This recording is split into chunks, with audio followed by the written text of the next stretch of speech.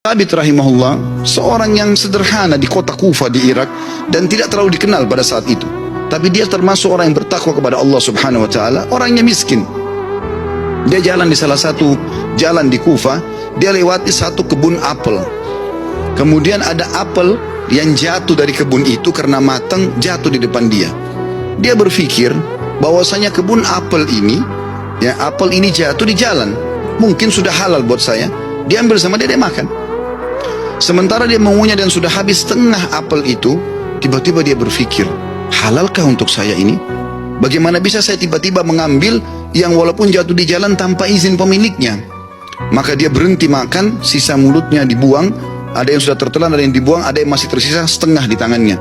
Lalu dia segera dengan ketakutan masuk ke dalam kebun tersebut mencari. Dia temukan ada sebuah rumah gubuk, lalu dia berkata, apakah Anda pemilik kebun ini? Dia mengatakan, bukan. Pemilik kebun ini jaraknya 1 hari dari sini. Kata pemilik orang penjaga kebunnya, kenapa? Dia bilang, saya tadi mendapatkan apel jatuh di sini, kemudian saya makan setengahnya. Saya pikir karena jatuh di jalan mungkin halal buat saya, tapi tiba-tiba saya ketakutan sekali, takut Allah hisab dengan apel ini. Tolong Anda halalkan. Kata pemilik kebunnya atau penjaga kebun pun, karena dia bertakwa sama Allah, dia nggak langsung main halalin. Dia mengatakan, sungguh tidak ada di tangan saya wenan itu. Pemilik kebun ada 1 hari dari sini. Kata Thabit rahimahullah, demi Allah saya akan datang ke sana. Jalan sehari semalam jalan kaki hanya untuk mencari kehalalan setengah apel yang sudah dia makan, karena takutnya dihisab hari kiamat. Begitu dia datang ketemu sama pemilik kebun itu, kemudian pemilik kebun itu ditanya sama dia, hai Thabit bertanya, apakah Anda pemilik kebun yang ada di sini dan di situ? Dia mengatakan iya. Dia bilang, saya jauh-jauh datang sehari semalam perjalanan karena kemarin kejadiannya begini. Saya temukan ada apel jatuh satu dari pohon Anda di jalanan, lalu saya memakannya karena saya lapar. Kemudian saya tiba-tiba ketakutan pada saya sudah makan setengah. Setengahnya sudah ada, sebagian saya makan, sebagian sudah saya buang, ini setengahnya tersisa. Walaupun sudah busuk saya tetap bawa. Tolong halalkan. Orang tersebut melihat halal gitu.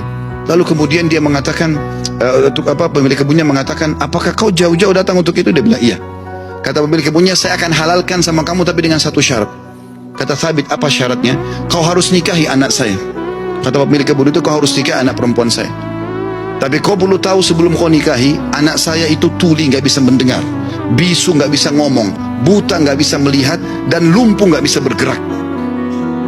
Kata Thabit rahimahullah, dalam kisah ini saya pun berpikir pada saat itu, kalau memang untuk menghalalkan setengah apel yang saya makan dan saya lepas hisab hari kiamat dengan cara menikahi wanita yang buta, tuli, bisu, juga lumpuh ini, maka saya akan melakukannya. Maka kata Thabit rahimahullah, orang itu tidak tunggu waktu, dia langsung panggil 2 orang saksi, dia minta, dia mengatakan, saya nikahkan kau sama anak perempuan saya Fulana binti Fulana, lalu menikahlah dia. Kata Thabit, lalu saya disuruh masuk ke ruangan untuk bertemu dengan istri saya. Terjadi sesuatu yang unik, begitu saya masuk ke dalam kamar tersebut, kamar itu sangat indah dan bersih. Lalu saya mengatakan, Assalamualaikum warahmatullahi wabarakatuh. Saya kaget, istri saya menjawab salam. Bukankah tadi dikatakan dia bisu? Kemudian saya mendekati dia, kemudian saya mengulurkan tangan saya, dia mengulurkan tangannya untuk menjamah tangan saya.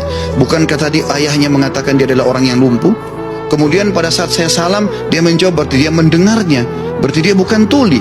Lalu saya mengatakan, tadi waktu saya ditawarkan nikah sama ayahmu, dikatakan kau itu buta, kau itu tuli, kau itu bisu, kau itu lumpuh, tapi kau bisa jawab dan dengar salam saya, kau jamah tangan saya. Bagaimana penjelasannya? Kata perempuan tersebut, benar perkataan ayah saya.